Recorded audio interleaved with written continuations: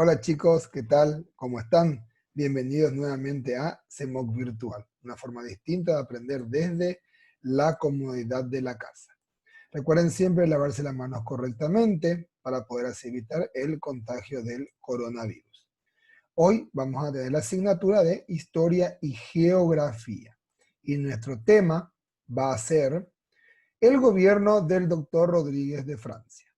Interpreta los hechos históricos trascendentes del Paraguay de la primera mitad del siglo XIX en nuestra capacidad y nuestros indicadores. Menciona resoluciones del tercer y cuarto Congreso Nacional.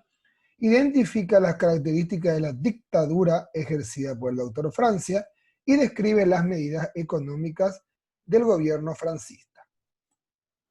Vamos a retrotraernos un poquitito a lo que fue la clase anterior, donde el Paraguay había logrado la emancipación total del Imperio Español y ya estaba en pos de poder tener sus propios gobiernos, ¿verdad? Justamente hoy hablaremos sobre lo que fue la dictadura temporal y la dictadura perpetua que tuvo el doctor Francia en los primeros años de gobierno del Paraguay independiente. El doctor Francia decidió reafirmar el poder que tenía y convocó a un nuevo Congreso Nacional, pues ya era insostenible la composición desigual que tenía el consulado a cargo de Yegros. El Tercer Congreso Nacional. El 3 de octubre de 1814 se llevó a cabo el Tercer Congreso Nacional en el Templo de la Merced con la presencia de 1000 diputados. La resolución más importante fue el establecimiento de un nuevo gobierno, la dictadura, recayendo toda la responsabilidad y los poderes absolutos sobre el doctor Francia, con el cargo de dictador supremo de la República Argentina.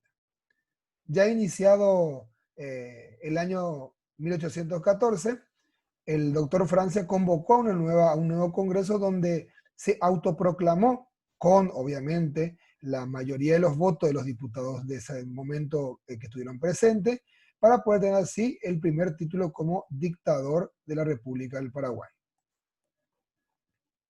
Ya en el cuarto congreso, el doctor Francia volvió a convocar nuevamente a otro congreso, el 30 de mayo de 1816, 2 años antes de finalizar su mandato actual, y se resolvió extender su mandato de manera indefinida.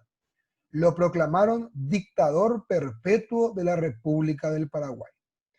En esa época debemos ubicarnos en el contexto de que ellos venían de casi prácticamente 400 años de estar invadidos por los españoles. Ellos tenían muy, pero muy arraigado lo que era el absolutismo o la monarquía a través de la imagen de una sola persona.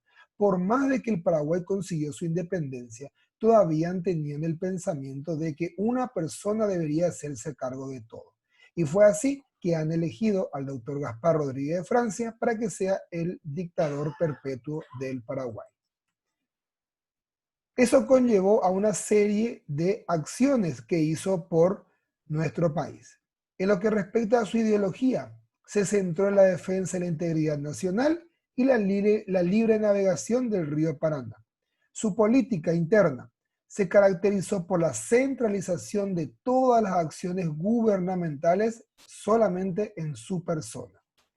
En lo que es la religión, no fue una relación muy amistosa, vamos a decirlo así, ya que se laicizó el Estado, es decir, lo hizo libre de culto y de religión.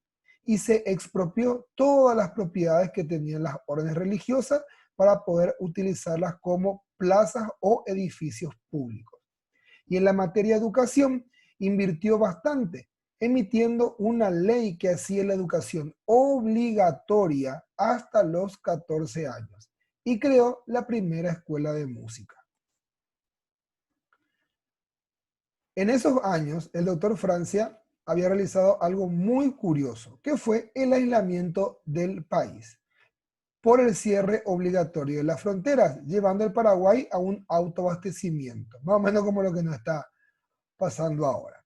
Hay versiones cruzadas sobre el verdadero porqué de esta decisión entre los historiadores, pero las más acertadas son las que no reconocían los países vecinos al Paraguay como país independiente.